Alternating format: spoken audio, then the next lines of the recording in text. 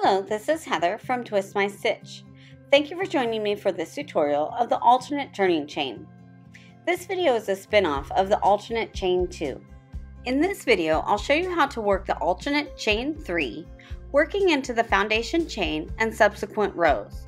I'll also show you how to adapt the alternate chain for taller stitches and how to work the treble crochet. Here I start out with the knotless slip knot and chain to the desired length. For this method, you will not add any additional stitches to your base chain. So if your pattern says you need 100 chains plus 3 for your turning chain, you will only work 100 chains. Turn the chain over and you will see the back ridge.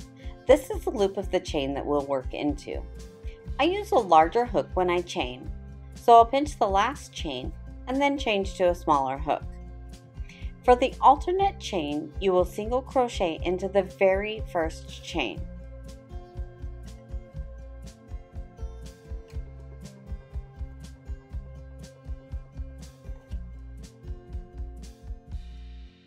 Insert through the vertical leg of the single crochet and work another single crochet.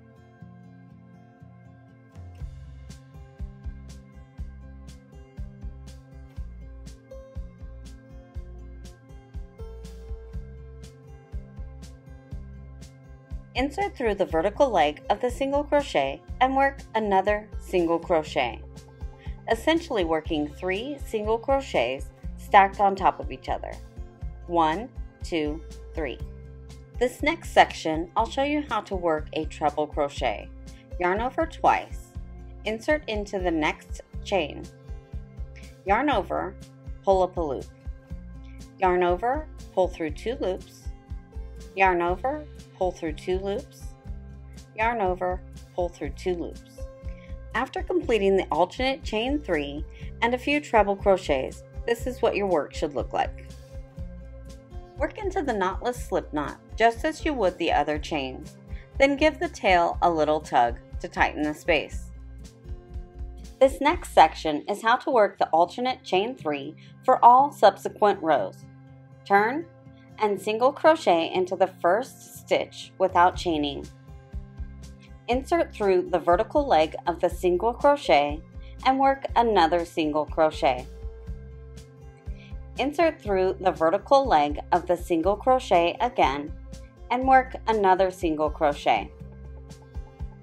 Essentially, you'll have 3 single crochets stacked on each other. When you get to the end of the row, work into the alternate chain stitch just as you do all other stitches. This alternate chain can be used with taller stitches as well. Just simply turn and single crochet into the first stitch without chaining, then work a single crochet into the vertical leg of the single crochet as many times as desired.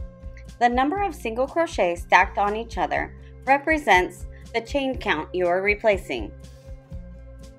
And that's all there is to the alternate chain and treble crochet.